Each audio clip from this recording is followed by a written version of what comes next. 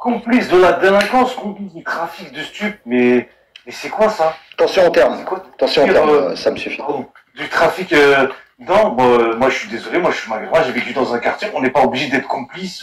C'est quoi ce discours de gauchiste?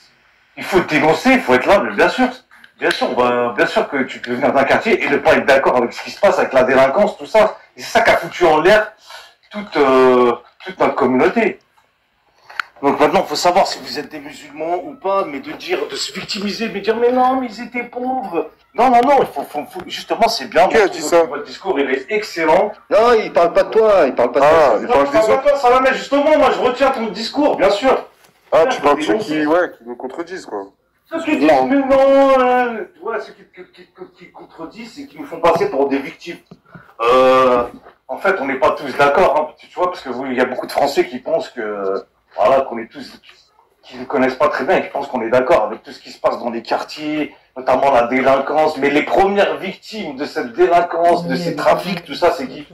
C'est nous-mêmes. C'est qui? Ben, bien sûr. C'est qui subit la nuisance? Pourquoi il y a du recalage dans l'État, dans le travail, tout ça? Non, moi je dis, on peut pas être d'accord avec ça. Faut le dénoncer. En tout cas, j'appelle ma communauté à dénoncer faut montrer. Bah moi je vais te dire, Mediator. D'accord.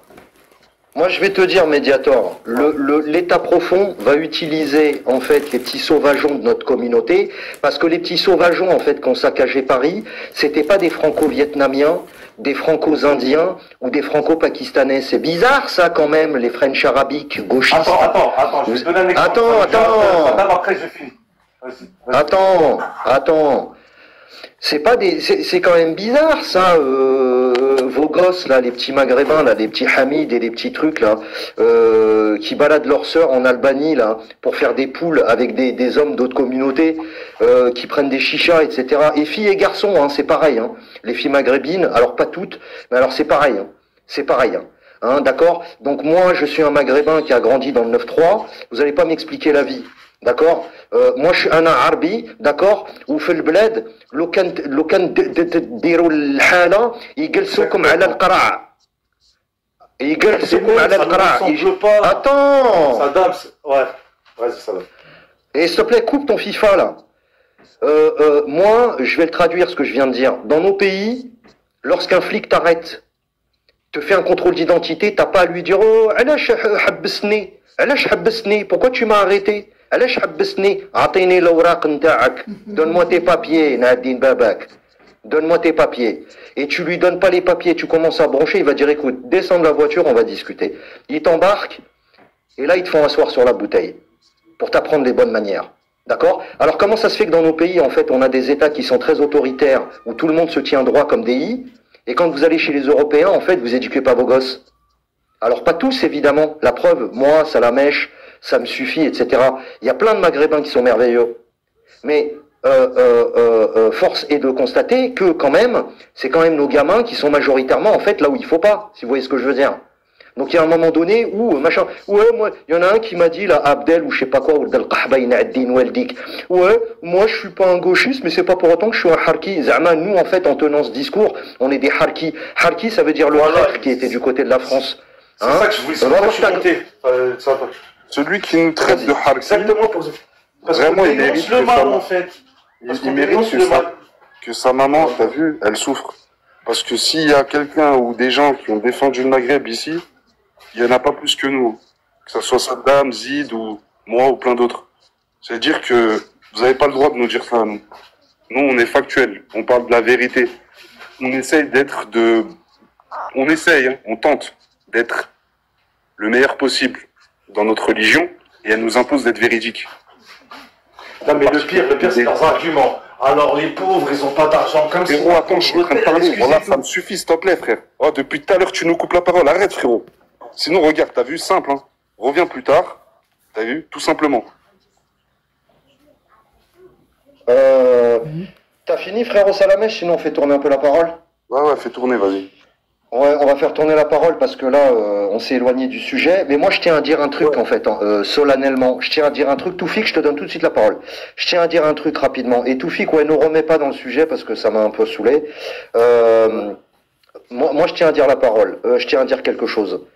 L'État profond, en fait, qui va nous emmener à la guerre et qui veut générer, en fait, le chaos, va utiliser les petits sauvageons, en fait, de notre communauté, vous m'entendez bien, les French arabiques, en fait, communistes, socialistes, qui n'avaient rien contre le fait de donner vos sœurs à d'autres gens, qui sont pas de notre communauté, hein, qui tenaient des fours, et tout ce qui s'ensuit, vous entendez bien, c'est eux qui vont utiliser pour semer le chaos. De la même manière que ceux qui ont foutu le da'wa, en fait, à Paris, lors de la victoire du Paris Saint-Germain, c'est bien les nôtres. C'est bien vos gamins. En tout cas, c'est pas les miens. D'accord? Moi, mon père, à 20h, si t'étais pas à la maison, la porte était fermée à double tour. Hein. Mon père, d'accord? Mon grand-père, un moudjahid, Allah yarahmou, et qui avait pris les trucs en 54 lors de la révolution algérienne. Contrairement à vos grands-mères, vous qui étiez en train de houer, en fait, avec le, d'accord? Ok? Yaoula de l'aqhab. Voilà. Ouais, bon, vous m'expliquer qu'on est une communauté de lumière ici, en fait. C'est pour ça que moi, t'as vu, quand je passe dans un quartier, je vois que des gamins de 12 à 17 ans, hein, la nuit, en train de bicrave pour des grands, et ouais, ils ont pas de parents. Donc c'est super. Notre communauté, elle est géniale. C'est la meilleure. Pas de violence, on n'agresse pas de mamie pour des colis en or, on vole pas de téléphone. Non, on est super. On a très bien évolué. Tous des médecins, tous des comptables et j'en passe, des avocats. On est super les Maghrébins. Ceux qui ont mal tourné, c'est pas de leur faute, hein. C'est pas de leur faute, c'est de la faute de l'État. C'est eux, ils nous ont parqués dans des cités. C'est normal, ils vendent de la daube, ils vendent de la mort. C'est pas grave. C'est vraiment dommage, frérot, parce que dans les quartiers, Wallah, il y a du talent. Tu sais qu'il y a vraiment du talent, Wallah. Il y a du talent partout, Rouya, j'étais 01. Faut arrêter avec cette glorification de la street. C'est de la merde. Il y a du talent. Il y a du talent. Les ça vient, franco-vietnamiens. Les quartiers, vous savez d'où ça vient, ça? Ça vient des États-Unis. Les ghettos. On n'est pas des Américains, nous, les Maghrébins. Arrêtez de faire les quinries. Vous êtes même pas conscient de de la culture que vous avez adoptée. C'est pour ça que je la rejette, moi, aujourd'hui. Parce que j'ai compris. Moi, je donne la parole à Toufik, mais j'ai honte. Bah ouais. J'ai honte. وليت نحشم يا ولاد القحاب. يا ولاد القحاب les ما ربيتوش ولادكم. Je vais le répéter, j'ai honte. Vous, bande de machins, je peux pas le dire en français, qui n'avez pas éduqué vos enfants. يا ولاد القحاب نعطي زمات comme moi. Voilà la vérité. Vas-y, Toufik, enchaîne sur le sujet et puis après on fait tourner un peu la parole. Moi, Salam alaikum. Salam alaikum. Attends, Madame Aïcha, il y a Monsieur Toufik qui va parler, puis je vous donne la parole, Madame Aïcha. Non, je vais juste quitter. Non, Madame Aïcha, il n'y a pas de passe-droit ici. J'ai donné la parole à Toufik. Non, je vous donne pas. Je vous donne aucun. Je vous donne pas de. Je vous dis pas j'ai le droit. Madame, c'est mon live. Je fais ce que je veux. Toufik, vas-y. Je suis quand même obligé d'épiloguer, frérot. Tout à l'heure, j'écoute. C'est important. Moi, je crois que ce qui est grave chez nous dans notre communauté, c'est que dès que tu commences à parler d'un problème, tout de suite, t'as cette espèce de réaction en chaîne. Ouais, mais pourquoi tu dis ça, etc. Alors que c'est vrai, c'est la vérité. Moi, j'ai pas honte à le dire. Moi, mon père, Allah yarhamou, quand il est venu en France après la guerre d'Algérie, je veux dire, voilà, il a vu c'était quoi les cités quand il arrivait à Marseille. Il a vu le film, quoi. Il a vu le film arriver. Il s'est dit, bon, allez, on va se barrer un peu plus haut. Il y a un peu plus de gens civilisés. Non, mais c'est la vérité. Voilà, c'est tout. Les Maghrébins, quand ils sont venus après, je suis désolé, il y en a beaucoup qui sont venus, qui ont délaissé tout leur package de comportement civilisationnel qu'ils auraient pu apporter à la France, hein, que ce soit pas forcément islamique, mais un comportement, on va dire, voilà, quoi, incroyable. Tout ça, ils l'ont mis de côté. Voilà, on voit très bien les étages, ok, les enfants, on les laisse dehors jouer jusqu'à minuit. Il y a rien qui est pardonnable là-dedans. Faut arrêter de dire ouais, c'est pas de leur faute, etc. Moi, je suis désolé, non. D'accord, ça a récupéré la CAF, ça a accepté l'argent de la drogue. Voilà, du jour au lendemain, parce que ils ont pété le champagne en France et parce que c'était moins bien au bled. Voilà. Donc voilà. Et juste un petit épisode que je vais raconter. Moi où j'ai compris que c'était fini, je l'avais compris déjà en 2002, tu vois. En 2002, je suis parti voir un concert de Cheb Mami et de Cheb Faudel à Strasbourg, dans un grand ensemble qui s'appelle le MAC, je sais plus comment ça s'appelle. Et là, frérot, j'ai vu une horde de Maghrébins. J'ai pas compris ce qui se passe, gros. Ils ont tout saccagé. Ils ont tout saccagé devant mes yeux. C'était la première fois que je voyais ça, en fait. J'étais avec mon pote. Je dis, tu sais quoi, viens, on va repartir. Hein. On va repartir et puis voilà, quoi. Et puis c'est tout. Voilà. Donc, ceux qui sont pas contents, j'ai envie de te dire, si vous voulez vous voiler la face, c'est votre problème. Mais venez pas nous raconter qu'un tel, il est devenu médecin. On en a strictement rien à faire de ça. Parce que ça, c'est quoi? Ça, c'est ce que j'appelle le 1% logement, ça. D'accord? C'est le 1% logement des Maghrébins et de ceux qui réussissent, d'accord? La plupart, vous les avez salis, vous allez travailler dans des entreprises, vous manquez le respect au patron parce qu'il vous dit fin de contrat pour X raison, donc vous foutez le sbeul et ensuite, bah, l'autre, bah, oui, ça lui donne pas envie d'embaucher un Maghrébin derrière, bah ouais. Il se dit le mec qui est là, qui s'appelle Toufi, qui fout le bordel, je sais pas qui, ah bah tiens, non, si c'est mal passé avec eux, je le reprends pas. Voilà, pourquoi avec nos parents ça s'est bien passé? Hein? Posez-vous la question, pourquoi nos parents, ils ont pu tenir un taf pendant 20 ans dans une même boîte? Exactement. Vous êtes des hypocrites, vous voulez pas faire... Attends, je termine. Vous voulez pas faire ce qu'on appelle un résumé de ce qui s'est passé, en regardant tranquillement, sérieusement, sans forcément s'insulter, c'est pas le sujet. On dit ce qui s'est pas passé bien, et on essaie d'améliorer le truc pour nos enfants maintenant, classe. C'est tout, maintenant on passe à autre chose, ok. Bon, moi je vais dire un truc solennellement. Tous les Maghrébins gauchistes, quittez mon live. Je ne veux pas de gauchistes maghrébins dans mon live, ou de gauchistes tout court. J'étais en train de parler d'un sujet parce qu'en fait on va vers la guerre.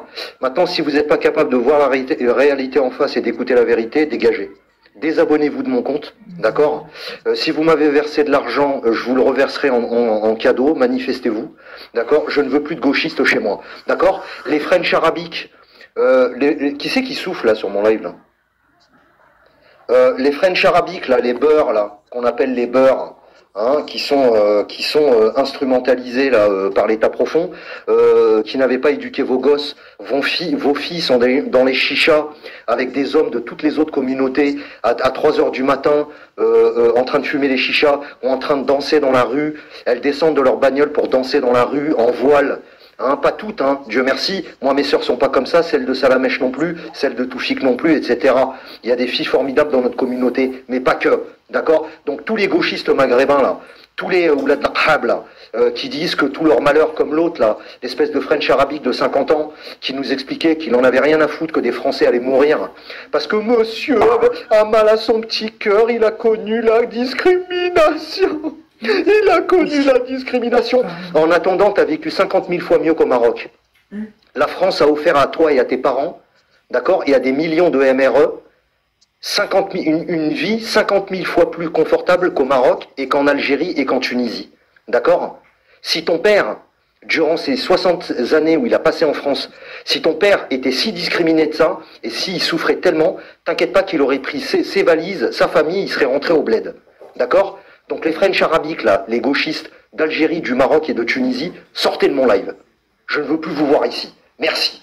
On va donner la parole à Patricia. Patricia, on t'écoute, sinon tu descends. Patricia une fois. Patricia 2 fois. Patricia 3 fois. Je pense qu'elle a dû s'endormir, c'est pas très grave. Un petit message.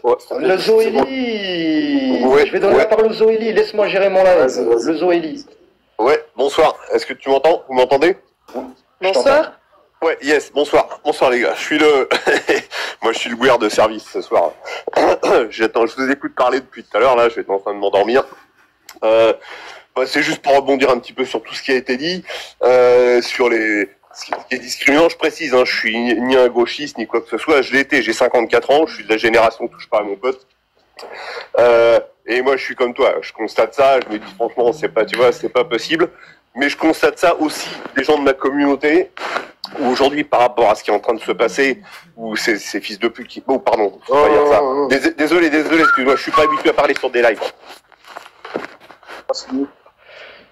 Ouais, tu remonteras dans 30 secondes. Alors, on t'explique pourquoi on fait ça, parce que comme on maîtrise bien TikTok, on est obligé de faire descendre l'intervenant qui a dit un gros mot, sinon c'est mon live en fait qui est striké, frérot. Donc, refais ta demande dans 10 secondes. Je suis désolé, ça a été brutal, les mots d'eau t'ont sorti, mais c'était pour le bien de tout le monde. Donc, refais ta demande dans une trentaine de secondes, frérot, s'il te plaît. On va écouter Idem. Vas-y, Idem, je t'en prie.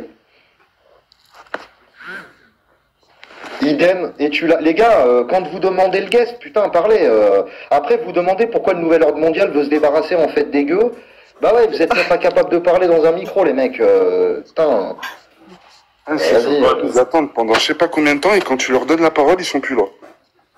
Ouais. Ils s'endorment. Ils s'endorment. Alors, je sais plus qui est monté en premier, Gaëtan, Clipper ou Pacifique. Je crois que c'est Gaëtan. Gaëtan, vas-y, on t'écoute, frérot. Sur le sujet, alors effectivement, oui, je pense que comme tu le précises, oui, il nous prépare à quelque chose d'assez spectaculaire d'ici peu, oui. À mon avis, Ouais. il ne va pas tarder d'envoyer l'armée en Ukraine. Et si ça dégénère, je pense que, ensuite, ça sera réquisition et puis ça va être Internet, quoi. Et puis, celui qui m'a fait flipper, c'est surtout l'autre avant, le LFI, qui se nomme Gouéron tout seul à la serpillière. Moi, j'aime pas trop les serpillières. Respecte-toi, s'il te plaît. Déjà que t'étais LFI, essaye de relever un peu le niveau, mon ami. Voilà. Ok, Gaëtan. Vas-y, Clipper, et après le Zoélie. Clipper, vas-y. Oui, Clipper. Bonsoir, vas-y. Moi, je voulais réagir un petit peu là, à ce qui se passe là. Je t'avoue que moi, Juste, il y a un spammer dans les commentaires, là, il écrit en chinois. Attends, 10 secondes. Arabe puissant, qu'est-ce que tu nous fais là Je comprends pas trop là. Vas-y, enchaîne, Clipper. disons que moi, je suis entre deux choses. Je me dis, c'est impossible là, qu'il se passe quelque chose. Et d'un autre côté, je me dis, s'il se passe quelque chose, on est mort avec les Russes. Parce qu'ils vont pas rigoler avec nous. Ben écoute, je vais te remettre un truc, frérot. Je vais te... Qui c'est qui fait... Clipper, tu fais du bruit, frangin, s'il te plaît. Donc là, je vous relis en fait la dépêche. Donc c'est pas dans Complot Magazine hein, que je l'ai trouvé, c'est dans tous les journaux mainstream. Hein, il n'y a même pas à trifouiller chez les complotistes. Aujourd'hui, on n'a plus besoin d'aller chez les complotistes, il suffit juste d'allumer la télé ou d'ouvrir son journal. Alors CNews, qui est une chaîne du groupe de Bolloré, qu'est-ce que nous dit CNews ? Les hôpitaux français, merci Xebec, hein, t'es en train de nous régaler. En plus, ça permet de protéger le live. Ah ouais, franchement, t'es le meilleur, Xebec. Merci beaucoup, merci infiniment. Merci. C'est notre sauveur, Xebec. Donc, CNews qui nous dit les hôpitaux français invités à se préparer à la guerre d'ici mars 2026. Donc, vous voyez, mars 2026, c'est dans 6 mois, c'est pas dans 8 ans. Que contiennent les instructions du ministère de la Santé? Bah tiens, voilà une bonne question. Donc, bah écoutez, c'est pas compliqué. Je vais vous mettre un truc là vite fait là sur Philippot là. Qu'est-ce que je voulais dire? Quelqu'un veut rebondir en fait sur l'éventualité d'une guerre ou est-ce qu'il y a encore des sceptiques là, les gars? Ouais, vite fait, je vais rebondir Vite fait, s'il te plaît, En fait, j'ai l'impression que Macron, en fait, on est vraiment dirigé par un débile mental. Hein. Le mec, il se prend pour Chirac quand il va en Palestine. Là, il se prend pour Napoléon Bonaparte. Il croit qu'il va débarquer en Europe de l'Est, je sais pas trop quoi. Mais il se rend pas compte que l'autre, il a un territoire qui est 5 fois moins grand que l'Algérie. Et l'Algérie, je crois, c'est 10 fois moins grand que la Russie, je crois à peu près. L'URSS. Ou 5 fois moins grand. Bref. 35 fois. Ouais, 35 fois. T'imagines la dinguerie? Ça veut dire que même s'il y avait une guerre nucléaire, techniquement parlant, on est perdant. La Russie, elle resterait debout. Ils auraient l'occasion de loger leur population dans un endroit secret, etc. Et la France, elle a nulle part où aller, en fait. Non, mais ce qu'il faut prendre en compte... Oui, mais là, c'est l'Europe contre la Russie, là. C'est pas que la France. Ce qu'il faut prendre en compte, c'est que si la France s'engage, c'est l'OTAN qui va s'engager. Voilà, c'est ça, c'est l'Europe. Mais l'OTAN de quoi? Le temps qu'ils discutent entre eux, ils parlent même pas la même langue, les mecs. Tu crois que lui, il va pas arriver, il va débarquer, et c'est n'importe quoi. Vraiment que c'est désorganisé à ce point-là, Non, c'est pas l'OTAN, c'est l'Europe. Ah, Deguin, s'il te plaît, tu viens d'arriver, frérot. Ici, on donne la parole au fur et à mesure. Je vais vous dire un truc, les gars. Moi, j'ai pas de parti pris. J'en ai rien à foutre. Je suis un citoyen franco-algérien. Merci, Xebec. Hein, tu nous régales. Merci infiniment, frérot. Je vais te dire un truc. J'ai acheté un magazine il y a 3 mois, c'est Le Figaro Enquête. Donc Le Figaro, journal subventionné par l'État français, je crois que le Figaro, il prend 18 millions d'euros par an. Donc c'est le journal de l'État. Hein. Donc il faut savoir que la presse française est tenue par 9 milliardaires et en même temps subventionnés, donc tous des marchands d'armes, hein, la plupart. Hein. Dassault, vous avez Bolloré qui n'est pas un marchand d'armes, mais vous avez 9 oligarques. Ça c'est Edwy Plenel, le fondateur, le cofondateur de Mediapart, qui avait écrit un bouquin. Je crois que c'est son pote, le deuxième, c'est l'autre cofondateur de, c'est son pote, je me souviens plus comment il s'appelle. Il avait écrit un livre sur main basse sur la presse.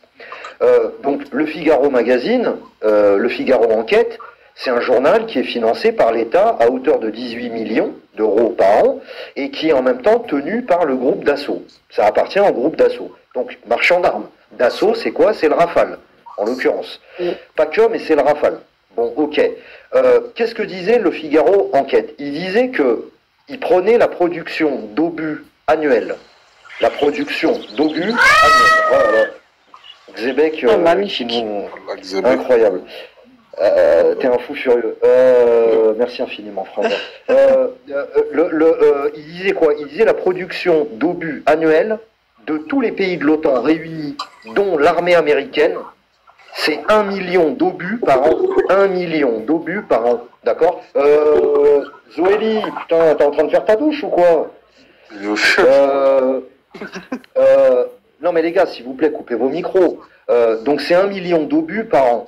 Tous les pays de l'OTAN réunis, c'est-à-dire l'armée américaine, l'armée française, l'armée anglaise. L'Amérique, ils bougeront jamais, frère. Ils bougeront jamais, mais je finis là-dessus, les gars. Vous savez combien d'obus de 155 mm produisent les Russes tous les ans? Donc on a dit 1 million pour l'OTAN, 4 millions et demi en fait. Est-ce que vous savez le nombre de soldats russes? J'ai pas de parti pris, les gars. Vraiment, je prends les chiffres à la volée. Je vous invite à regarder les vidéos du numéro 2, l'ex-numéro 2 de l'OTAN, qui est un colonel américain qui s'appelle Gordon McGregor. C'est l'ex-numéro 2 de l'OTAN. Je vous invite à regarder les vidéos du défunt, le général français, le général Delaware, qui est un des généraux, qui était un des généraux les plus capés de l'armée française. C'est une tronche, c'était une tronche, ce mec. Le mec te dit, actuellement sur le front ukrainien, il y a 600 000 soldats russes, 600 000 soldats russes sur le front ukrainien. Le front ukrainien, c'est 1200 km de long. C'est-à-dire, tu prends un point de la ville de Lille et tu fais un tracé avec un crayon qui traverse toute la France, d'accord, et qui va jusqu'à la ville de Barcelone. C'est ça le front ukrainien. D'accord? 600 000 soldats. Vous savez combien l'armée française est capable de mobiliser en cas de conflit? TTC1. D'accord? C'est-à-dire, en fait, les effectifs, 77 000 fantassins. 77 000 fantassins, c'est le nombre maximum de soldats français que peut mobiliser l'armée française en cas de conflit direct. Mais attends, 77 000. Par rapport à la Attends, je finis. Non, juste par rapport à la frontière, c'est une dinguerie. De Lille jusqu'à Barcelone, je m'imaginais pas comme ça. Hein. Bien sûr, le conflit ukrainien, c'est 1200 km de front. 600 000 soldats russes. Ils tirent ce que les Russes tirent en 24 heures, c'est-à-dire environ 7000 obus. Les Français produisent, c'est l'équivalent de la production française annuelle. Regardez combien fabrique d'obus l'armée française. 9000. 9000 obus de 155 mm. La France a 8 batteries anti-aériennes. 8 batteries anti-aériennes. Les Russes en ont 500. Ils ont 500 batteries anti-aériennes, que ce soit les S-300, S-400 et S-500. Le nombre maximum de soldats que peut mobiliser tous ces chiffres, vous pouvez les retrouver sur Wikipédia, sur l'intelligence artificielle, vous allez sur OpenIA, vous avez tout aujourd'hui les gars, vous avez juste à googliser. Prenez ce que là, en même temps que je suis en train de parler, googlisez tout ce que je suis en train de vous dire, d'accord? Regardez les vidéos d'Idriss Aberkane, regardez les vidéos de géopolitique profonde sur YouTube, tout ce que je dis, allez écouter un mec comme Xavier Moreau, qui est un Français installé en Russie depuis 20 ans, tout ce que je dis est documenté, sourcé, ok? L'armée française, aujourd'hui, est capable de tenir un front de 80 km. C'est le grand maximum que puisse tenir l'armée française. Un front de 80 km.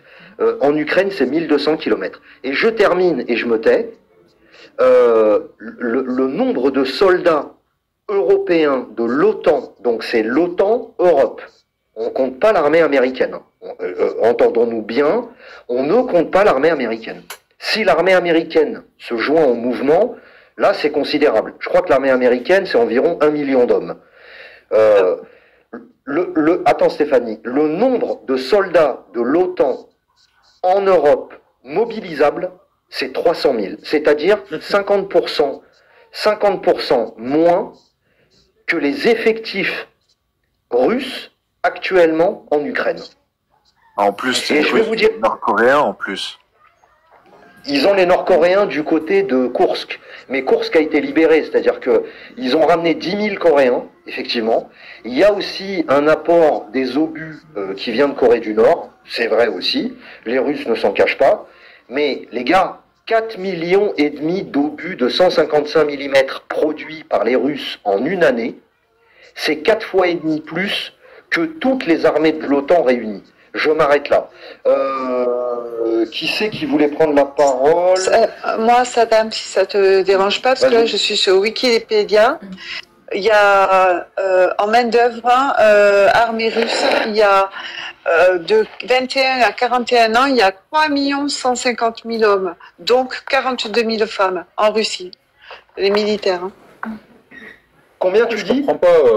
3 150 000 hommes et environ 42 000 femmes disponibles au service militaire. Oui, mais t'as compté les réservistes. Ah non, moi je te parle de tous ceux qui sont disponibles au service militaire. C'est total, 3 millions et demi, les gars. 3 millions et demi. 3 150. Ouais, ils sont chauds, les Russes. Hein. Ça, c'est sans mobiliser les civils. Hein. Sans mobiliser les civils. Je vous rappelle juste deux faits historiques, les gars. Hein. 140 millions, hein, la Russie, excuse-moi, ça donne. Je t'en prie. Napoléon, qui avait conquis toute l'Europe, hein, il s'est dit, l'Europe, ça me suffit pas trop, je vais aller du côté de l'Oural, là, du côté où ça caille, du côté des jolies blondes, Petrouchka, Melouchka. Ça me dirait bien, en fait, d'avoir un petit harem de femmes russes. Il a été, en fait, il s'est pris une branlée monumentale dont on a retenu l'expression populaire en France, la bérésina. La bérésina, ça veut dire la branlée, en fait. Enfin, ça veut pas dire la branlée, ça c'est un terme grossier. Mais en gros, je vous la fais courte, je sais plus ce que ça veut dire exactement en russe. La fessée. Il s'est pris, et d'ailleurs, après la bérésina, où il s'est fait casser le derrière en 4, Napoléon, les mecs, hein, je vous parle de l'empereur d'Europe. Napoléon, c'était pas Sarkozy, hein. C'était pas Macron. Hein. Napoléon, c'était c'est quelqu'un. Napoléon, c'est quelque chose, les mecs. Hein. Il a le 7e plus grand conquérant, non, il me semble, de l'histoire.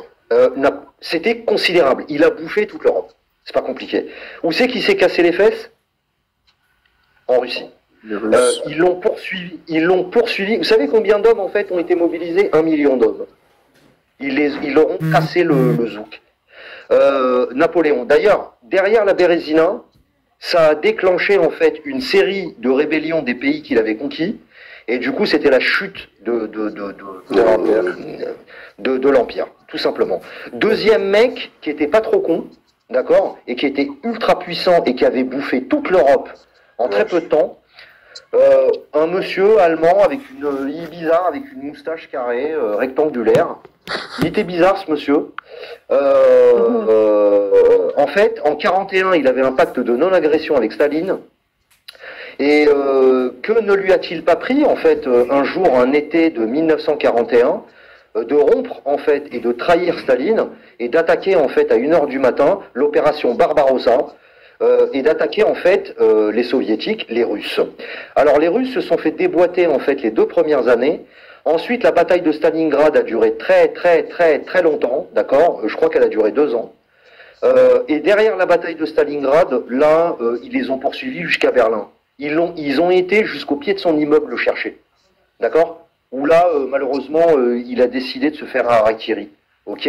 Donc, attention les mecs, les Russes, on peut les battre sur le plan industriel, on peut les battre sur le capitalisme, je veux dire, la France, on peut les battre sur tous les plans.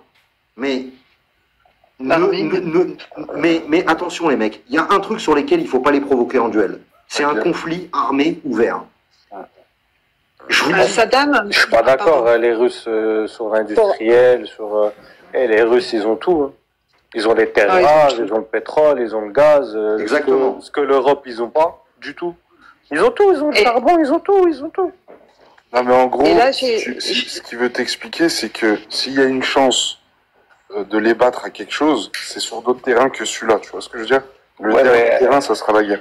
Après, j'ai remarqué, vous parlez que des Russes. Et vous parlez la France, l'OTAN, l'Europe. Mais les Russes, ils sont pas tout seuls, hein, faut pas l'oublier.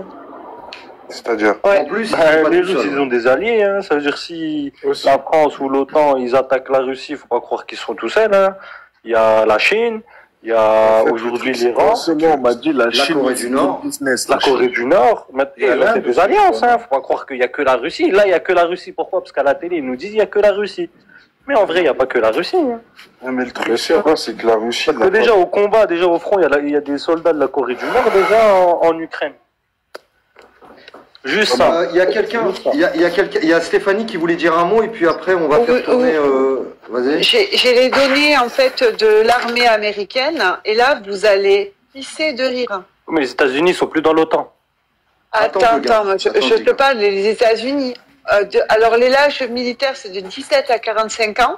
Ils sont à peine 1 328 000 et ils ont 799 500 réservistes. C'est tout. Même pas la moitié de ce que ont les Russes. Hein.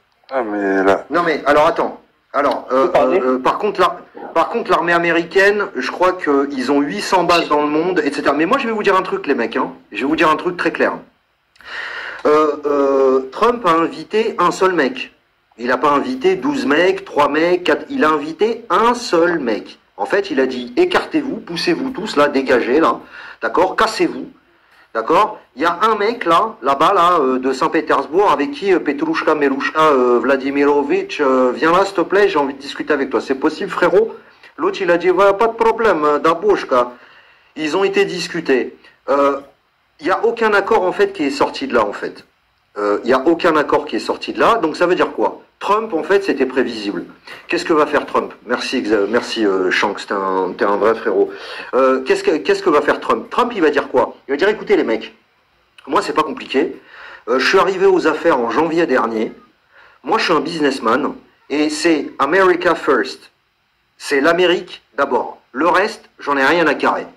Donc vous allez tous prendre des droits de douane de 18 à 30%, d'accord? Et comme je suis la première puissance économique, maintenant deuxième derrière la Chine, et la première puissance militaire avec éventuellement discutable avec les Russes, il n'y a personne qui va parler avec moi, d'accord? C'est pas compliqué. J'ai pas réussi à trouver d'accord, il n'y a pas de souci. Maintenant vous allez vous démerder les Européens.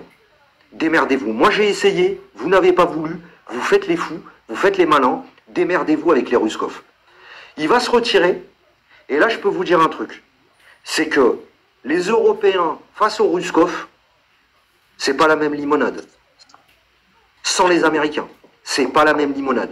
Et il est dans l'intérêt des Américains de détruire l'Europe, puisque de toute façon tous les dirigeants européens sont à la botte des Américains, notamment en fait ce qu'on appelle les Global Young Leaders, qui est un mouvement destiné à capter tous les jeunes talents politique en Europe, tous sans exception. Hein. Ursula von der Leyen, c'est une Global Young Leader. Macron, Global Young Leader.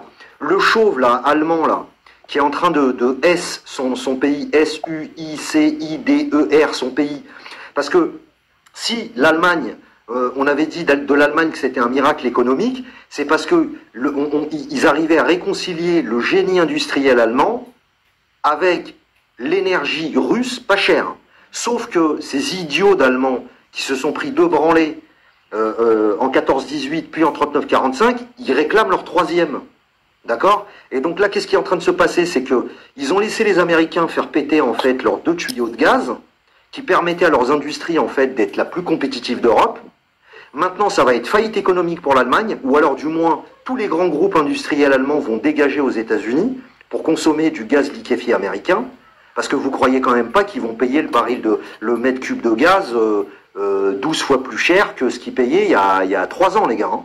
Ils vont prendre du gaz liquéfié américain, qu'ils vont payer 4 fois plus cher, c'est pas grave. Et puis c'est tout. Et en même temps, là, ils vont carrément au hachoir à viande. D'accord? C'est-à-dire que, je vous dis, il y a un truc chez les Européens qui tourne pas rond.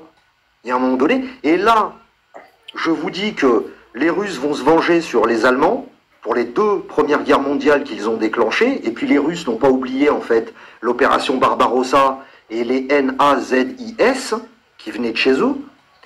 Ils vont se venger contre les Français parce que les Français ont bouffé les 3/4 des avoirs russes gelés. Hein, je vous remets la photo. La photo, elle est là, les gars. Hein. C'est pas moi qui l'invente, regardez. Hein, il est révélé donc par un monsieur, là, je sais plus comment il s'appelle, Alex Kreiner. Les avoirs russes, c'est à l'écran, hein, les avoirs russes gelés. Alors, les avoirs gelés en France, les avoirs russes gelés en France, estimés à 61 milliards, aujourd'hui, il n'en reste plus que 25 milliards. C'est-à-dire que les Français, ils pensaient naïvement qu'avec leurs 3 canons, leurs 3 Charles Leclerc et leurs 2 canons César, ils allaient battre une armée de 600 000 hommes, qui produit 4,5 millions d'obus par an, en fait. D'accord? Sauf que ça se passe pas comme ça. Tu vois ce que je veux dire? Ça se passe pas comme ça. Allez-y, les gars. Au cas où, tu parlais de l'Allemagne, mais il y a des trucs qui sont sortis sur l'Allemagne qui continuent à prendre du gaz, mais secrètement vers la Russie. Hein. Ouais, c'est vendu sur des circuits détournés, ouais. Ouais, c'est ça. Hein.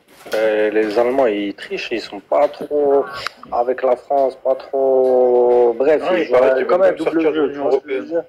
Ah, Saddam. Ouais. Je voulais juste savoir, toi, tu penses que tout ça, c'est dans combien de temps? Juste une petite prévision, t'as vu?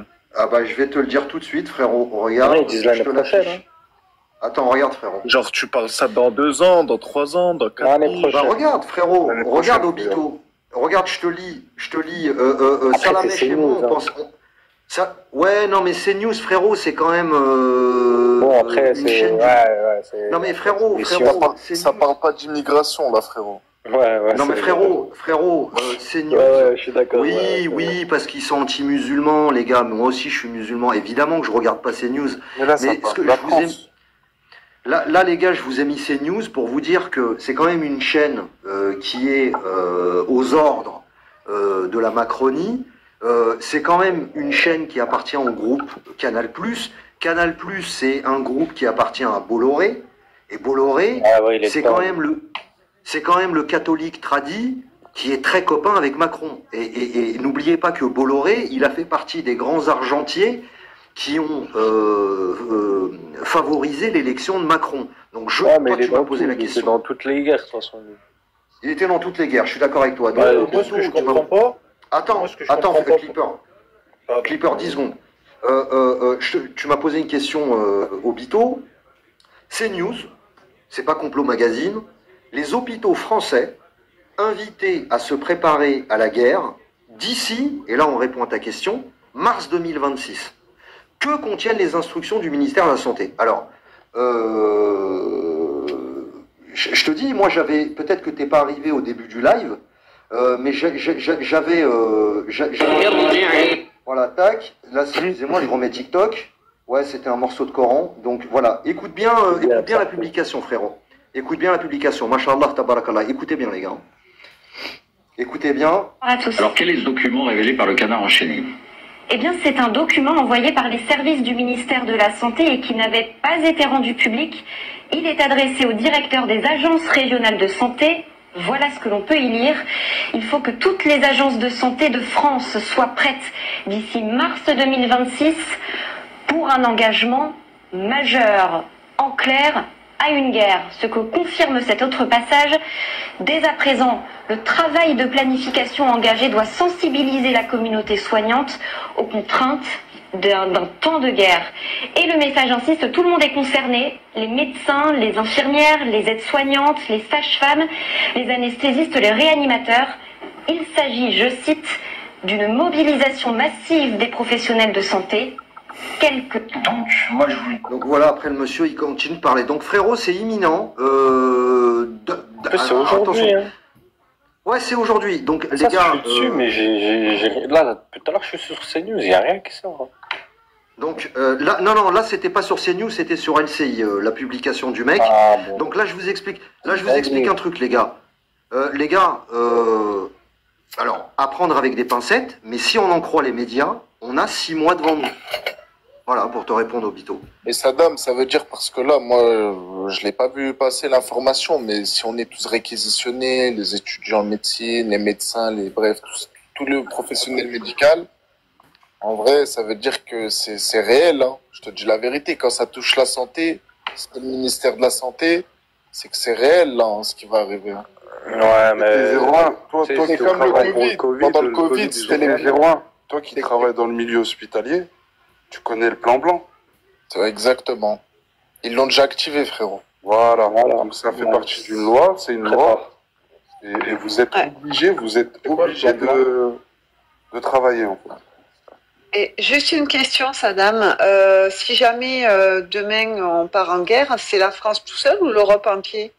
Non, alors, si demain la France... Alors, il faut savoir un truc, c'est que actuellement, comme quoi qu'on ne se dirige pas vers un accord de paix, actuellement, il y a 3 pays d'Europe centrale qui se sont opposés à l'adhésion de l'Ukraine à l'Union européenne, à savoir la République tchèque, la Pologne et la Hongrie.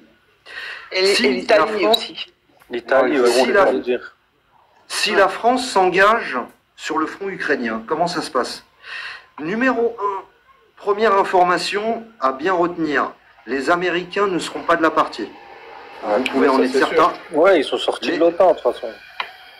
Non, ils sont pas tout à fait sortis, ils sont pas encore sortis de l'OTAN. C'est-à-dire que Trump avait dit lors de son premier mandat, les gars, de 2 choses l'une, il n'y a que les Américains qui contribuent financièrement à l'OTAN, de 2 choses l'une, soit vous payez, soit on se casse. On se casse, ouais, je sais.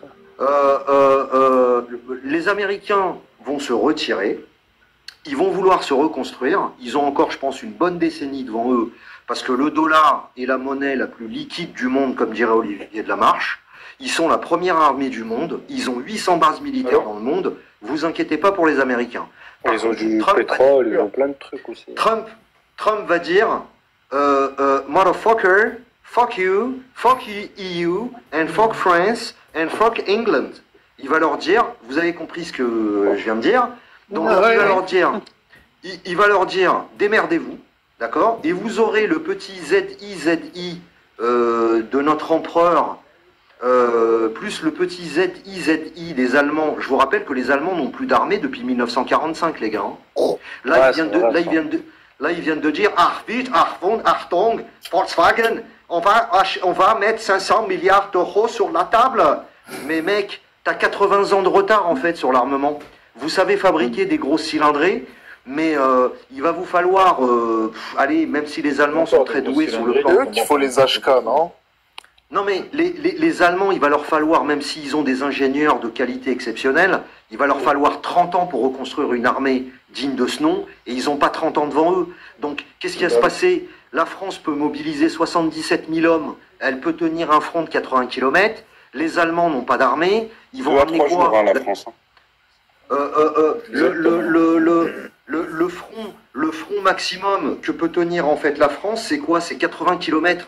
Le front ukrainien fait 1200 km. C'est ça. Et c'est 3 à 4 jours, il me semble, en termes de munitions. C'est important. Exactement. Moi, mon message, il était à tous mes frères en humanité, les Français autochtones, mes frères maghrébins, les Africains, qui que vous soyez, l'heure est grave. Ça pue. J'ajoute que le gouvernement Bayrou va tomber le 8 septembre prochain. Oudaïfa, t'es gentil, mais s'il te plaît, tu remonteras en fait quand tu auras réglé tes problèmes de famille, s'il te plaît. Il va y avoir en fait... Attends, il va y avoir le 8 septembre le gouvernement Bayrou qui va tomber. Je vais vous mettre la capture en fait. Vous savez, c'est le discours qu'il a fait au JT il y a 2 jours en disant la situation du pays est au bord de l'effondrement. Il parlait de la dette française. C'est quand même le Premier ministre de la République française. Hein. Et que comme il n'aura pas le nombre de votes suffisants à l'Assemblée nationale, le gouvernement Bayrou va tomber. Qu'est-ce que ça signifie? Quelles sont les conséquences de ça? Ça signifie que la France, qui a 3300 milliards de dettes et qui doit refinancer ses dettes tous les 15 jours via l'agence France Trésor, ça va inquiéter, une crise politique majeure en France va inquiéter les investisseurs qui prêtent à la France.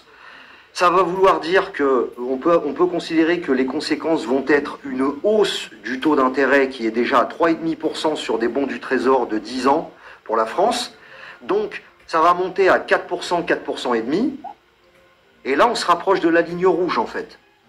Ça veut dire quoi? Ça veut dire que l'État français sera vorace et avare de sous pour pouvoir rembourser sa dette. Ça voudra dire une politique d'austérité, moins de remboursement de la sécurité sociale, moins de personnel dans les hôpitaux, etc., etc. Moins d'allocations familiales, moins d'allocations chômage, etc., etc. Ça a déjà commencé. Ça a déjà commencé. Allez-y les gars, enchaînez. Moi, c'est la question que j'aimerais vous poser, c'est vous pensez que ça sera une guerre armée ou ça sera une guerre nucléaire?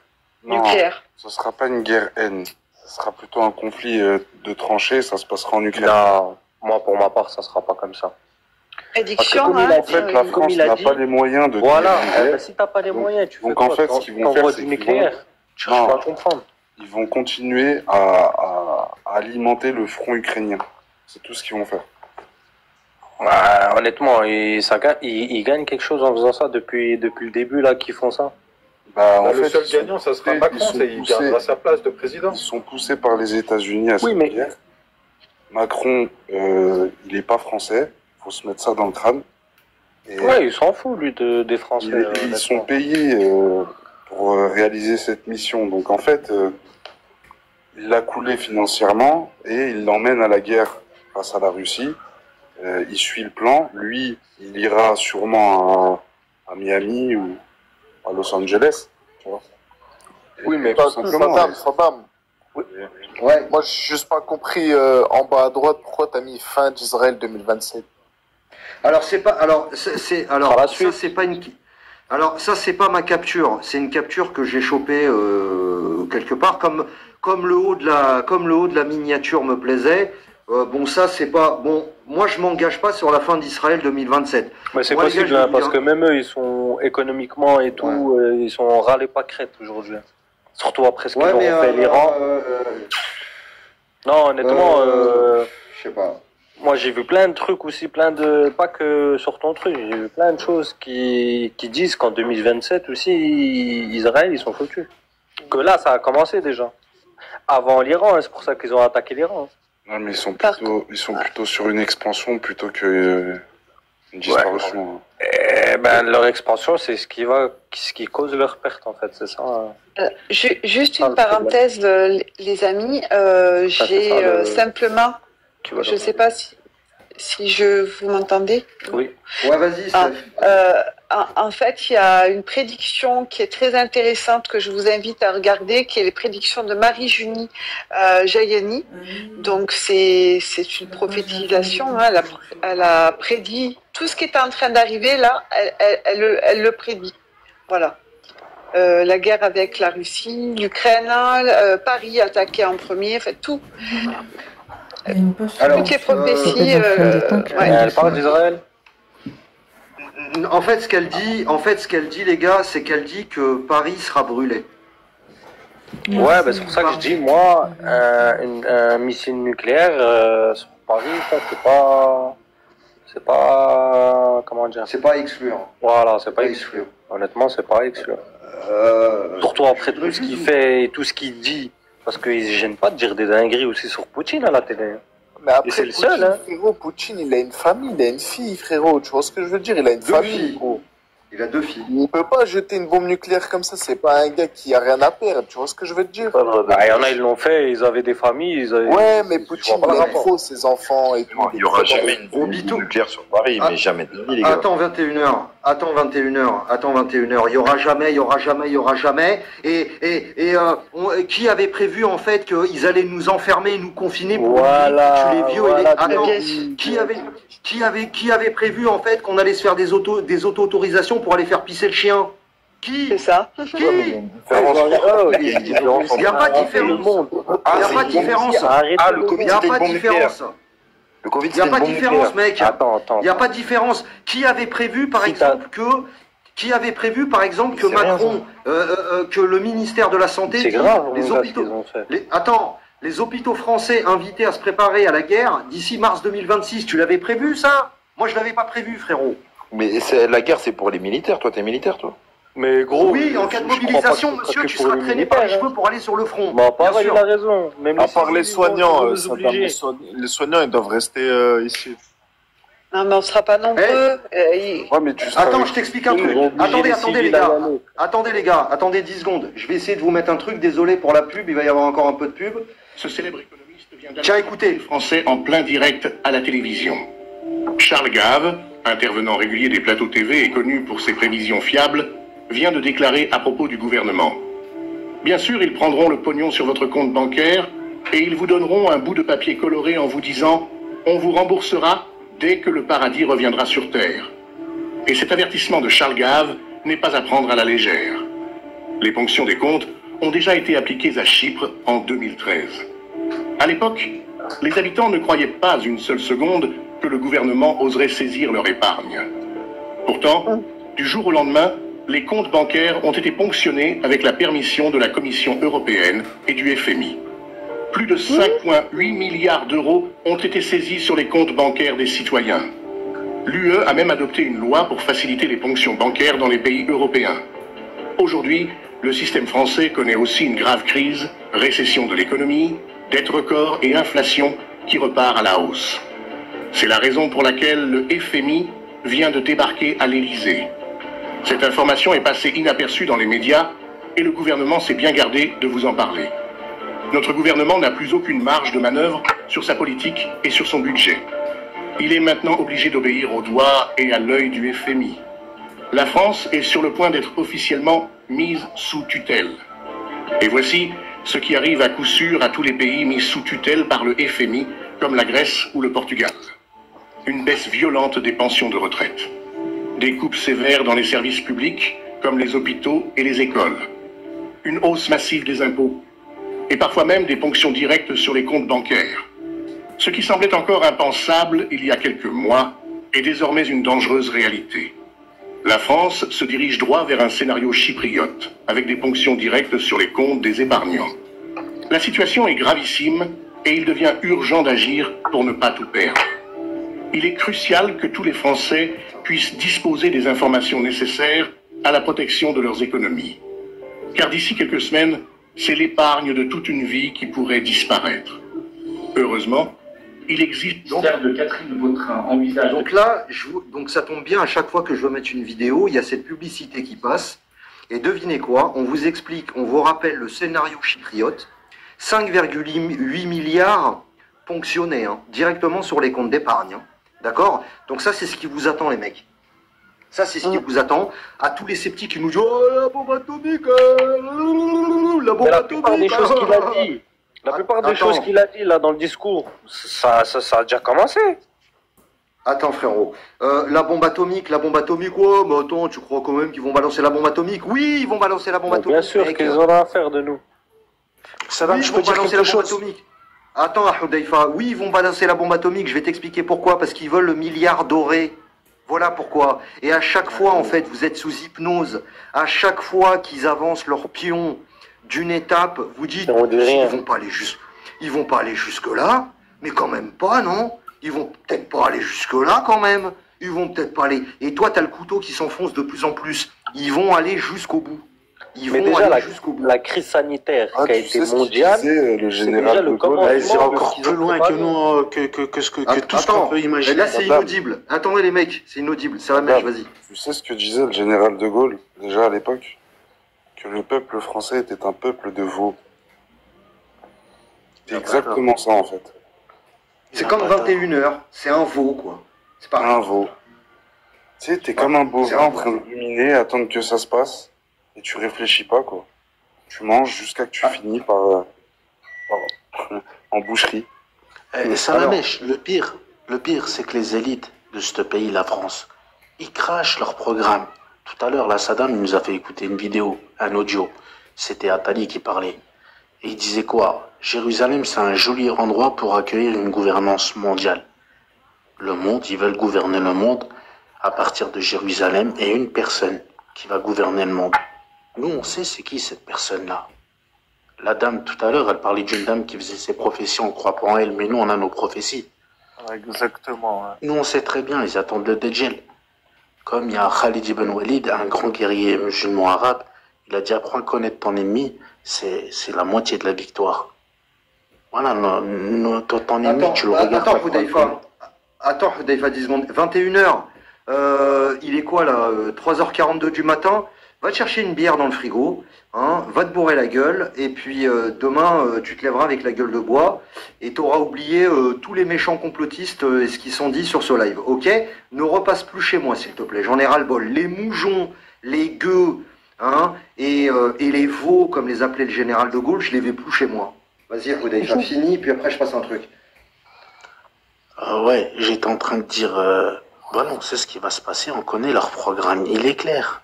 Et ils te le rabâchent. Et ils vont se la faire, cette guerre-là. Après combien de temps, Allahu A'lam, ça on ne le sait pas, mais c'est pas loin. Elle se rapproche. Mais déjà le fait qu'ils ont arrêté le monde avec la crise sanitaire, que le monde entier il s'est arrêté, ça a déclenché le début de leur projet. Tu sais que ça c'est un signe, c'est aussi dans la prophétie chez nous. Ouais, je sais. Ce qui dit la fin de ma communauté se terminera par les guerres et la peste. Et le nom en arabe qui a été dit, les Sahaba ils ont dit c'est quoi le terme qu'il a utilisé, il a dit c'est la maladie contagieuse. Oui, mais je sais pas si tu sais aussi, il y a un des signes de la fin des temps, c'est la fumée. Ouais, ça c'est loin. Ouais, mais ça c'est les grands signes. Les gars, écoutez 10 secondes s'il vous plaît. Attends, Hudayfa. Grand signe, ça c'est la fin, ça c'est la fin. Les patients de retour de la zone de combat. Ces centres doivent être situés à proximité d'une gare routière ou ferroviaire, d'un port ou d'un aéroport. Alors, je rembobine de quelques secondes. Donc là, on est à 6 minutes 06. Je vous invite à aller sur le truc de Philippot. Philippot, c'était quand même le numéro droit de Madame Le Pen. Bon, c'est pas un rigolo quand même, hein. Écoutez bien. Vautrin envisage de créer des centres médicaux afin d'accueillir des patients de retour de la zone de combat. Ces centres doivent être situés à proximité d'une gare routière ou ferroviaire, d'un port ou d'un aéroport. C'est précis, il y a déjà des lieux. Alors, excusez-moi. On s'en fout. Donc là, on a quand même des hommes politiques de premier plan, comme Philippot. Même s'il a fait 0,5% aux élections, on s'en fout. C'était quand même un mec qui a été super médiatisé, qui était le bras droit de Marine Le Pen. Les gars, c'est pas des blagues, hein. C'est pas des lol, hein. Comme disent les jeunes, hein. Les gars, c'est pas des lol. C'est réel. Donc là, j'ai un message à faire passer aux franco-maghrébins, là, qui insultent la France depuis Paris. Les gars, il est peut-être temps de montrer, en fait, votre amour pour notre patrie, là. Parce que là, ça va chauffer pour vous. Hein. Ça va chauffer pour tout le monde, mais en partie pour nous, parce que en cas de chaos, croyez-moi qu'il y a des mecs, en fait, en France, qui veulent régler des comptes. Hein. Ne vous mettez pas en tête que c'est ce qu'on a foutu sur leur territoire en 60 ans. Les Français l'ont oublié, les gars. Hein. Ils n'ont pas oublié qu'on a agressé leurs gosses, qu'on a emmerdé leurs filles, etc.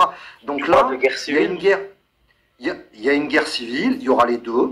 Il y a une guerre civile et il y aura une guerre machin. Les gars, j'espère que vos passeports marocains, algériens, tunisiens sont prêts. Vous avez 6 mois pour vous barrer. Je vous le dis, les gars. Hein. Wallah, je vous le dis, je suis sérieux. Oqsimou billah. Saddam, juste, est-ce que tu as eu quelques prévisions avant, par exemple, vous avez du Covid, des choses comme ça qui ont passées ou pas? Bien sûr. Il y a eu des prédictions hein, pour le Covid aussi. Hein. Alors, Saddam, est-ce que tu as senti des choses qui se sont passées? Moi, j'ai rien senti, hein, c'est des prédictions. Alors, c'est-à-dire, Bidou, j'ai pas compris ce que tu veux dire. Covid, il est passé, frère. Ouais, mais avant le Covid, tu vois. Avant le Covid, moi, j'ai senti la douille. Moi, avant le Covid, Wallah al-Adim, j'ai senti la douille. Et je l'ai senti en 2018. Vous savez, moi, c'est Ah ouais?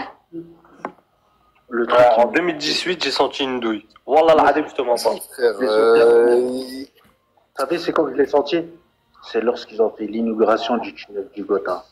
Je l'avais vu en direct. Avec l'horloge, l'œil. Voilà, Saddam, en fait, ce que tu dis, c'est vrai, parce que quand ça mobilise les hôpitaux, c'est que ça sent pas bon, wallah. Mais frérot, t'as une dépêche t'as toutes les unes des journaux mainstream qui titrent, qui disent que il faut se préparer pour mars 2000. Alors, attendez les gars, ça deviendra pas peut-être. Ils disent mars 2026, même si c'est 9 mois plus tard, 1 an, on s'en fout, ça vient. Macron veut aller à la guerre. Maintenant, peut-être que les Européens, ils vont retrouver le sens du réel quand Trump va leur dire « Vous vous démerdez, moi je me retire, démerdez-vous ». Peut-être que là, ils vont se chier dessus, ils vont se dire, ils vont se regarder entre eux, ils vont se dire « Ah ouais les gars, là c'est réel, là on va vraiment se retrouver face aux Popov.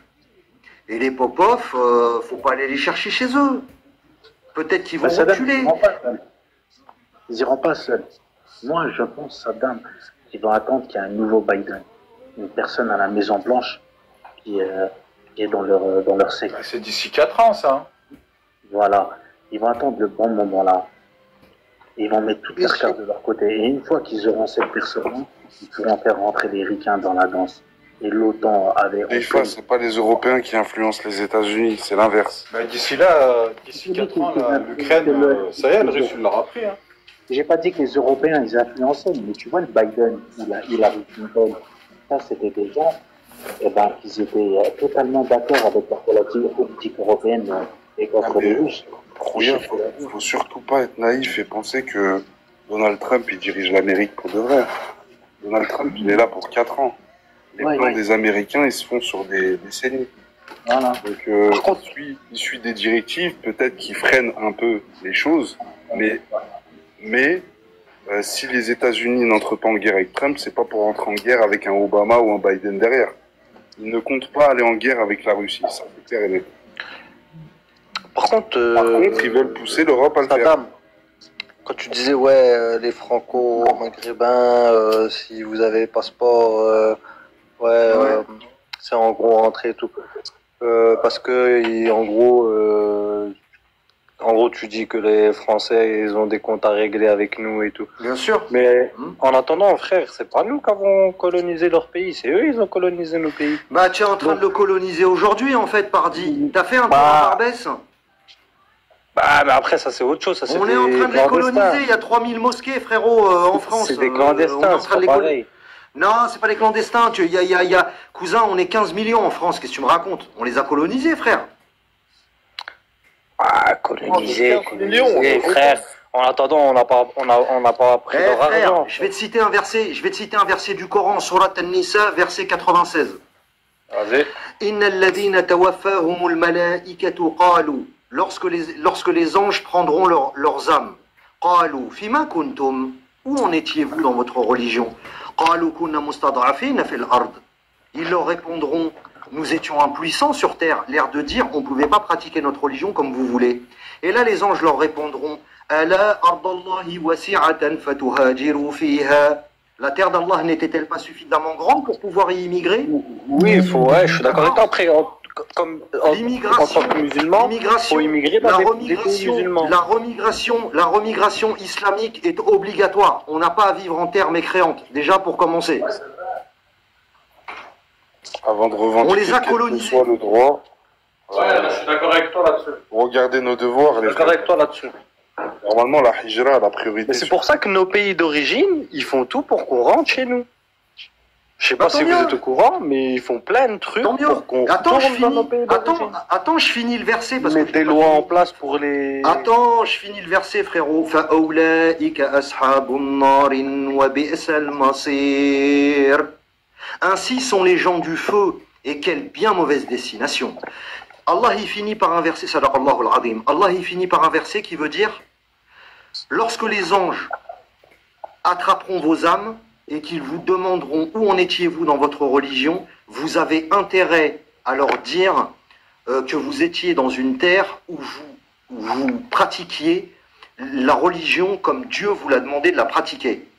Nous, Maghrébins, depuis les années 60, il y a un grand remplacement de nous, les Maghrébins et des Africains, sur le sol français. Et on n'a rien à foutre en France. La France, c'est la première fille de l'Église, les gars. Nous, aujourd'hui, ils sont plus chrétiens. Aujourd'hui, peu importe, c'est pas nos terres. Ouais, mais ils sont plus chrétiens, c'est leur terre, Rouya. Ils font ce qu'ils veulent. Oui, s'ils oui, veulent se déchristianiser, c'est leur c'est histoire. pas nos terres, on n'a rien à foutre là. Non, je ne se sentir légitime. Non, mais je suis d'accord avec vous là-dessus. Pour prétexte l'histoire, la colonisation, ça c'est pas notre religion, ça, frère. Est-ce que tu penses que Non. Oui, laisse-nous partir, Rouya. Là, tout de suite. Là, demain matin, Rouya. Demain matin, tu prends un vol. Là, tu prends un vol pour Air Algérie. Là, mets-toi tout de suite sur ta tablette. Si toi, tu as un Staifi, tu tapes, je sais pas si tu tapes en tout cas un Paris, je sais pas si t'es à Lyon ou pas. Non, mais je parle pas toi, frérot, je parle de Houdaifa. Houdaifa, c'est un Staifi. Tu fais un CDG Alger ou un CDG Sétif depuis Orly. Rouya, personne va t'empêcher de rentrer chez Watt. Hein. Je te le dis. Hein. Personne va t'empêcher que ça soit n'importe quelle nationalité. Mais tu penses que si tout le monde part et tout le monde prend ses loves, vend ses maisons, fait sortir son argent de France pour le rapatrier en Algérie, Wallah, il ne laissera pas. Comme les Quraysh. Non, mais Houdaifa, je vais dire un truc. Les rebeux, c'est des hypocrites. Personne va rentrer, frérot, et ils iront sur le front. Parce qu'en fait, la France, c'est Mleha França, frérot, França Mziana, d'accord. Ils mangent du Danone, il y a du Nutella, il y a la CAF. Il y a les allocations chômage. Et attends, je finis, Houdaifa. Il y a le RSA. Et la France, c'est bon, frère. On va pas se voiler la face. Donc, je vais te dire un truc. Là, si toi, tu réserves un billet pour Air Algérie, personne va te retenir, Rouya. On va arrêter de se mentir. C'est vrai, Mohamed. Je suis pas d'accord avec toi, Saddam. Moi, t'as vu comment tu parles? Et qu'est-ce que tu penses des gens qui sont... Ni comme moi. Bah, il dit la vérité. Non, mais il a dit la vérité. Fallait le laisser finir, frère. Non, c'est ça. C'est ça qui dit la vérité. Je laisse pas finir parce que je suis sur mon live. D'abord, je fais ce que je veux. Vous êtes fous, quoi, les gars. Vous êtes sur votre salon, quoi. Et moi, je voulais juste savoir ce qu'il a dit. Attends, Rouya el Maghribi. Regarde, rejoins-le dans les commentaires. Rejoins-le dans les commentaires et va lui dire ce que tu as à dire ou ce qu'il a à dire ou je sais pas quoi. Vous êtes des fous, respectez les gens. Voilà, déjà pour commencer, et puis je vais vous dire un truc, vous les Maghrébins, vous dites, oh ouais, déjà vous êtes mal élevés, vous, déjà. Normalement, vous êtes des musulmans, vous devez avoir ahsan al-khuluq, d'accord? Vous devez avoir le meilleur comportement. Or, vous, vos cousins, vos gosses, vos filles, ils n'ont pas le meilleur comportement, hein, c'est le moins qu'on puisse dire. Hein. Vos sœurs, c'est celles qu'on trouve sur TikTok en train de faire des trends, d'accord? De maquillage et je sais pas quoi, alors qu'elles sont censées être voilées, ok? Et en plus, elles font des trends avec des hommes d'autres communautés. Hein, qui sont pas des nôtres, si vous voyez ce que je veux dire. Donc les Maghrébins, venez pas la ramener ici, frérot. Moi, un Arbi Khouya, vous allez pas me la faire à l'ancienne. Vous allez pas me la faire à l'envers, je suis pas un blanc. Vous pouvez raconter ces raconteurs, en fait, à des Français de souche qui vous connaissent pas, moi je vous connais par cœur. Ana Tziri n'arafkom kima jibi. Vous allez pas me la faire à moi, les gars. D'accord? Vous êtes mal tombés. Faut mettre la tchao tant qu'il est encore temps. Hein. C'est ça, hein. Pour les gens qui sont encore là-bas en France, il faut qu'ils... boucher double, parce que là, c'est chaud, hein. C'est chaud. Je fais pas monter le mental. Ici, t'es pas à la prison de Fresnes, hein. D'accord? En train de crier sur les matons. Ici, c'est Saddam Hussein, Allah yarahmou. Za'im al-Arab. Ici, c'est la dictature irakienne, ou algérienne, ou marocaine, ou tunisienne. Ici. Nos pays sont des régimes autoritaires. Donc les Maghrébins, on va vous réexpliquer la vie, parce que depuis que vous bouffez du Danone en France, ça va plus. On revient au sujet. Ils viennent, les Arabes cousins, ils posent leurs pieds sur la table, frère. C'était le live à leur GM. قال لك oui, je suis pas d'accord. امشي تقود, va parler avec ton mur. Non, mais il pense qu'en 40 s'il est en France, il va pas se retrouver sur le front ukrainien. C'est incroyable ça. Mais ils vont tous les jeter là-bas. Ils vont les envoyer avec des cars au défaut. Mais bien sûr. Les Arabes. Ouais, les cars de la RATP. Exactement. Ils vont peindre en noir et ils vont les emmener là-bas avec. Moi, ce que je comprends pas, il est où l'intérêt de l'Europe de rentrer en guerre avec le Russe alors qu'ils savent qu'ils sont perdants? Ils sont endettés, frérot. Ils sont poussés à la guerre, en fait, les frères. Faut comprendre une chose. L'Europe. Et où le rapport avec ils sont endettés? Encore pire, ils sont perdants, ils n'ont pas d'argent. Ça veut rien dire d'être endetté. Les États-Unis, ils sont endettés à hauteur de 19 000 milliards. Ça veut rien dire d'être endetté. Si les Chinois aussi, soi-disant, les Chinois ou les Japonais, ils sont. Non, mais excusez-moi, je me permets. Là, je suis en train de parler, hein. Je sais pas si vous m'entendez, mais. Stéphanie, laisse-le finir. Laisse finir. Je vais aller me coucher. Ah, bonne nuit à toi, Stéphanie. Bonne nuit, c'était parce que j'allais vous dire bonne nuit. C'était d'accord. Bonne nuit, Steph. Et t'es la bienvenue. Et on fera d'autres lives. Merci, Sadam. C'est gentil, là. Ça la mèche aussi. Bonne soirée. Et les autres aussi, bien sûr. Ciao. Bonne soirée. Ciao. Vas-y, Salamèche, regarde. Ouais, faut comprendre une chose, ça fait très longtemps que la France n'est plus souveraine de sa nation, qu'elle est entrée dans un système qui s'appelle l'Europe, et l'Europe lui-même fait partie d'un autre système qui s'appelle l'OTAN. Et les États-Unis, on sait tous pourquoi ils ont créé l'OTAN, c'est pour déranger la Russie sans rentrer en conflit direct, en fait. Parce que s'ils voulaient vraiment entrer en conflit, ça ferait des années qu'ils seraient rentrés dedans. Il y a eu plein d'épisodes très très chauds entre les deux gros pays. Et ils sont jamais allés au bout parce qu'ils connaissent mutuellement leur puissance mutuelle.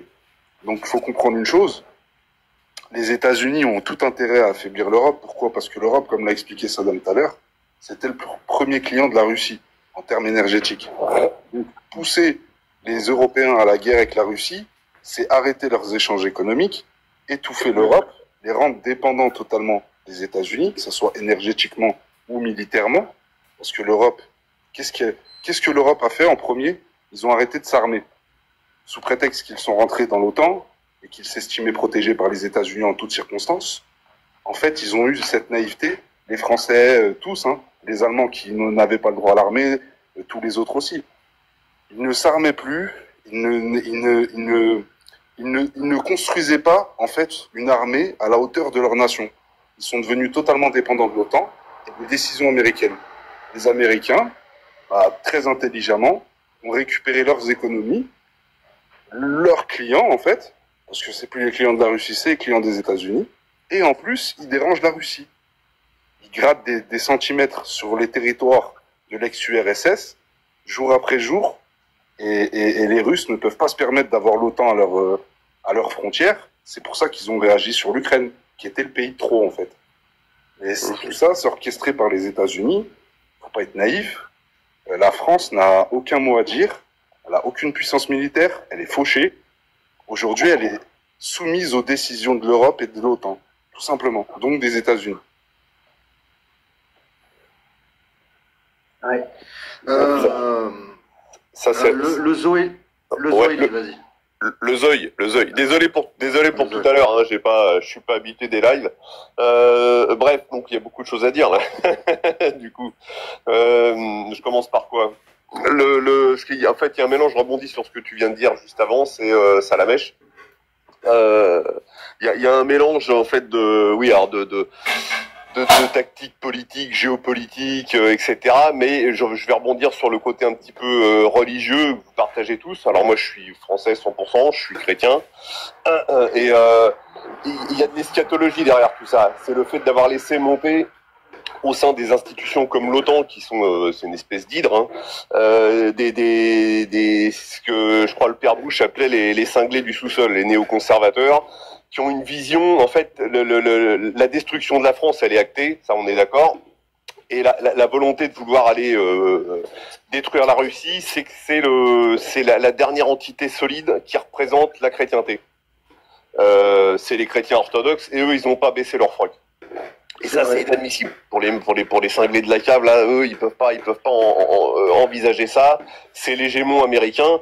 L'hégémon américain, c'est la City de Londres. Hein. Washington D.C., c'est un État dans l'État. Hein. C'est une projection des Khazars d'Ukraine qui finalement, c'est ce que j'ai dit à une Britannique dernièrement. J'ai dit, vous les Britanniques, vous n'êtes pas une civilisation.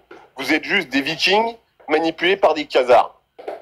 Votre civilisation, c'est une projection de la violence par la mer sur toutes les colonies. Alors la France a colonisé aussi, mais quand tu vois l'état des colonies qui ont été gérées par les Anglais par rapport à ce qu'a fait la France, que ça soit... Enfin, l'Algérie, c'était pas une colonie, c'était un petit peu différent, mais c'est pas le Pérou, hein, loin de là. Je défends pas les choses pas bien qui ont été faites, mais il y a aussi des choses très très bien qui ont été faites.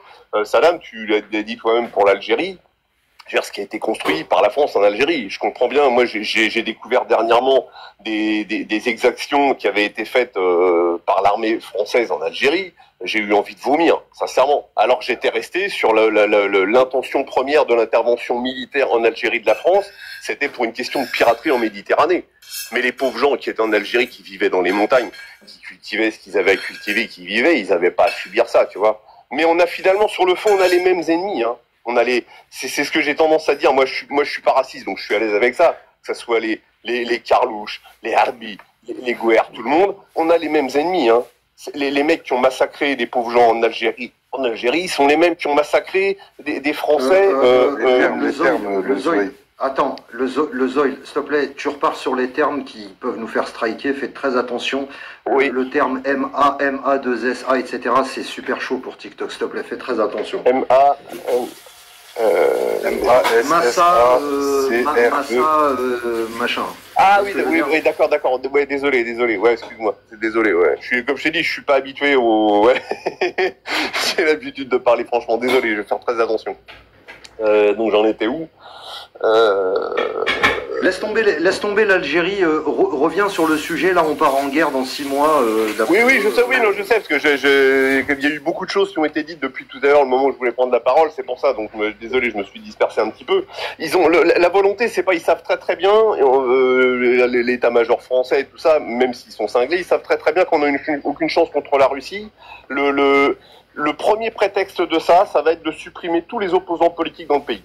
À partir du moment où il y a une guerre déclarée avec une puissance extérieure, tous les gens qui ont des points de vue ou des propos qui divergent de la doxa, au star.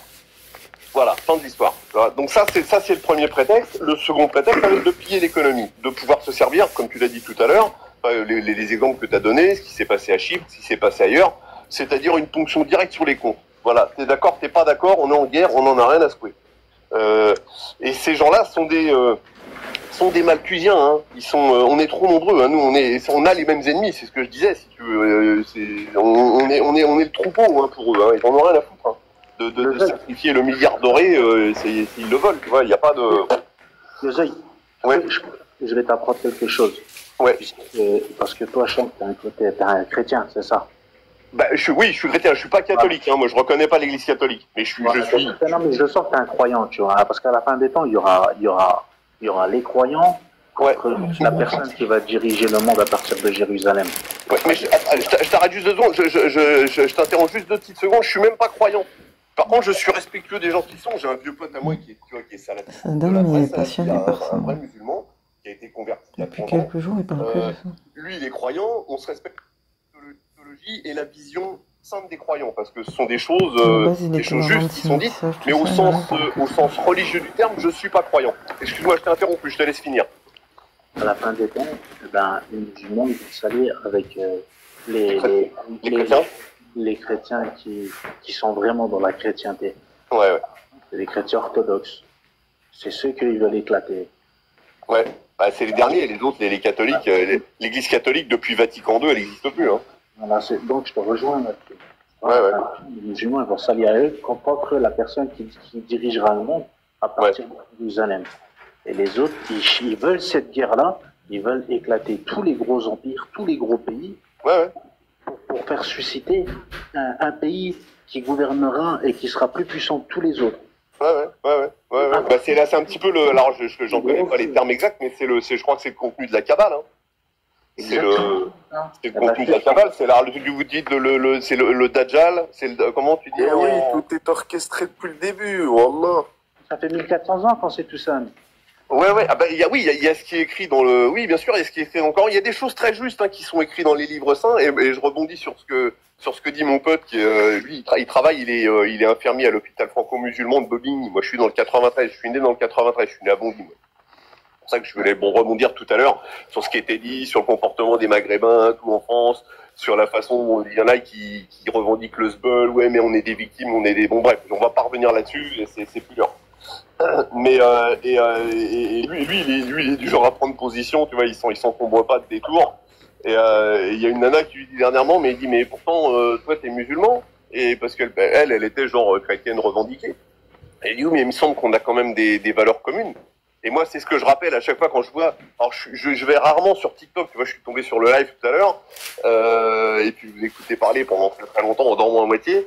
Quand je vois des gars qui font des images, ça me fout hors de moi, avec les étoiles de David à côté de la croix, tu sais, genre, nous sommes judéo-chrétiens, quoi, ça c'est une escroquerie monumentale. Et j'ai du respect pour les vrais bons juifs, j'ai du respect pour eux, j'ai pas de problème avec ça. Mais autour de moi, j'en vois 3%, hein. Et quand je dis 3%, je suis large. Parce qu'aujourd'hui, c'est ce que j'ai dit, je me suis embrouillé avec des potes de gauche. J'ai dit, ouais, mais toi, t'es dans le ceci, t'es dans le cela. Moi, j'écoute Soral depuis très longtemps. On peut ne pas être d'accord avec tout ce qu'il dit parce qu'il a ses outrances. Mais en termes de sociologie et en termes d'outils intellectuels, le mec, c'est une machine de guerre. Le gars, il a une synthèse. Après, il dit aussi peut-être des erreurs. Il est bon, personne n'est parfait. Mais je suis en train de perdre le fil, là, désolé. Moi, je dis, on a moins de 6 mois pour retirer nos billes des banques. C'est trop tard déjà. C'est game over, c'est plié. Déjà. Bah si, on va dire si t'as de la thune dans une banque, transférer, mais pour les gens qui ont des biens immobiliers, moi j'ai quelques biens immobiliers, j'ai des trucs que j'ai laissé traîner, le temps que tout ça, regarde, une transaction immobilière, c'est minimum 3 mois, c'est, tu vois, si pour peu que les banques aient, on va dire, émo de laisser traîner les choses, c'est... Non mais, le Zoïl... Zoïl,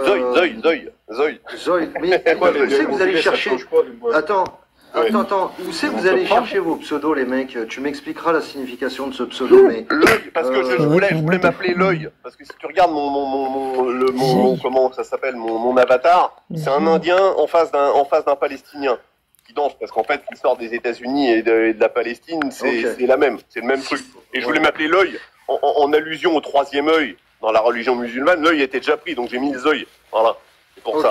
Ça change quoi, t'es bien immobilier, l'œil?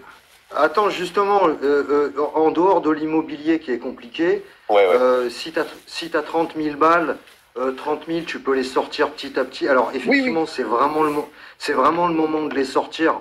Parce que maintenant, ils te cassent... Attends, frérot. Parce qu'ils te cassent vraiment les bonbons maintenant. Il faut les sortir par tranche de 1000. Mais les gars, allez rue de la Vivienne, à Paris. Ils vendent des pieds... Ils viandent. Laissez-moi finir mon propos, les mecs, sinon je vais perdre le fil. Ils vendent des pièces d'or, des louis d'or, des pièces de 20 francs or, etc. La dernière fois, hier, j'avais mon pote Bérémis. Je vous invite à regarder sur mon compte une des dernières publications. Il fait une longue intervention sur l'achat de pièces en or.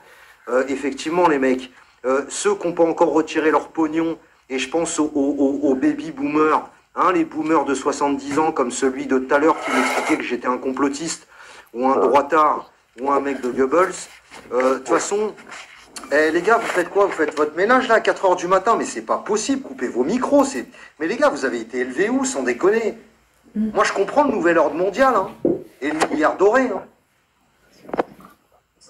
Coupez vos micros, les mecs. S'il vous plaît. Là, c'est le bordel. Quand l'armée va venir vous chercher pour aller sur le front ukrainien, je peux vous dire que vous avez intérêt à faire vos lits bien au carré et de ranger vos godasses bien au pied du lit, et ça va vous faire bizarre, hein, les gars. Je vous garantis. Hein.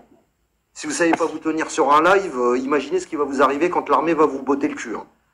Donc, à un moment donné, si vous avez 30 000 ou 40 000 balles ou 20 000 balles, sortez-les, transformez-les en pièces d'or et en pièces d'argent, et puis voilà. Maintenant, ce que dit le Zoïl sur les transactions immobilières, oui, c'est compliqué, mais les gars, fallait y réfléchir avant. Mais là, j'ai envie de te dire, Moi, personnellement, je ne vis pas en France. J'ai toujours été locataire en France parce que j'ai toujours su qu'en France, ça allait sortir le roussi à un moment donné. Alors, attends, on a du monde là. Deguin, je te refais monter, Deguin. Qu'est-ce que je voulais te dire? Moi, si j'avais une baraque en France, mais sur ce que j'ai de plus cher au monde, je la vends et je vais m'installer quelque part où je peux me payer une maison. T'as une maison aujourd'hui en région parisienne, un pavillon de banlieue. Ça vaut couper vos micros, les mecs. Coupez vos micros, les deux qui viennent d'arriver là, s'il vous plaît. Attends, ils savent pas le faire, je vais le faire. Putain, les mecs, ils savent pas couper un micro. Vous entendez le bruit de fond insupportable qu'il avait, le mec? Putain, c'est... Un pavillon de banlieue, aujourd'hui, ça vaut dans les 250, 300, 400 000. Putain, les gars, vous empochez la transaction, vous payez une partie, en fait, au notaire, et vous allez vous acheter une maison, je sais pas moi, sur un autre continent, avec un grand terrain où vous faites pousser des bananiers, des figuiers, vous creusez un trou, vous creusez un puits pour avoir de l'eau fraîche, vous achetez un peu de bêtes, et puis vous vous mettez à l'abri. Moi, là, quand je vois en fait ce type d'annonce, mais je te jure sur ma vie, j'ai un pavillon de banlieue, demain matin, je le poste dans une agence immobilière, le mec, l'agent immobilier, il vient l'estimer, je lui dis, tu me la vends? Ouais, mais monsieur, ça sera peut-être 20%, je m'en bats les couilles, tu me la vends, ça me rapporte 250 000, je les prends. 250 000, je me casse. D'abord parce que si jamais tu claques et que tu as des gamins, excusez-moi. J'ai un chat dans la gorge, désolé. C'est le tabac, désolé, je fume trop. Tu ne pourras en fait faire hériter tes enfants qu'à hauteur de 30%. Tu as 70% de droits de succession. C'est un pays, ça, la France, où tu vis? Est-ce que c'est un pays où vivre, la France? Tu veux céder en fait un bien immobilier à tes gosses, tu dois céder 70% à l'État. Tu prends 70% du montant du chèque, et ça tu le laisses à l'État. Si jamais en fait tes enfants veulent vendre la maison suite à ton décès, ils prennent 30% de la vente. Rien que pour ça, la France c'est un pays à fuir. Mais si vous avez un pavillon de banlieue, les mecs, on est 300 sur le live depuis 4 heures, je suis très content. Merci d'avoir supporté le live. Et merci d'avoir permis que le live perdure, en likant et en partageant le live. Là, moi, si j'avais un pavillon de banlieue ou un appart à Paris, ou peu importe où, je le vends, je le mets en vente demain matin, d'accord? J'encaisse le chèque au bout de, je sais pas, le temps de la vente, d'accord? Je le cède, je le vends à un golem qui pense que la France est encore un paradis et qu'il va rien se passer dans les 5 ans. Je le vends au mec, j'empoche le magot et je me casse. C'est tout, c'est simple. C'est simple, il n'y a pas de c'est compliqué, c'est simple. Vends-le-moi. Tu mets ça sur une agence immobilière, 2, 3, tu dis le premier qui me la vend, hop, tu prends ta com, tu m'envoies mon fric, on fait la transac, je me casse. Je remplis la bagnole, une remorque, ciao, adieu. Allez-y les gars. Et après, pour ceux qui ne veulent pas partir loin et qui peuvent pas, ou qui se disent peut-être que ça va être compliqué avec sa famille ou quoi, bah privilégier des endroits isolés. Hein. Si vous voulez rester en France, allez dans des campagnes.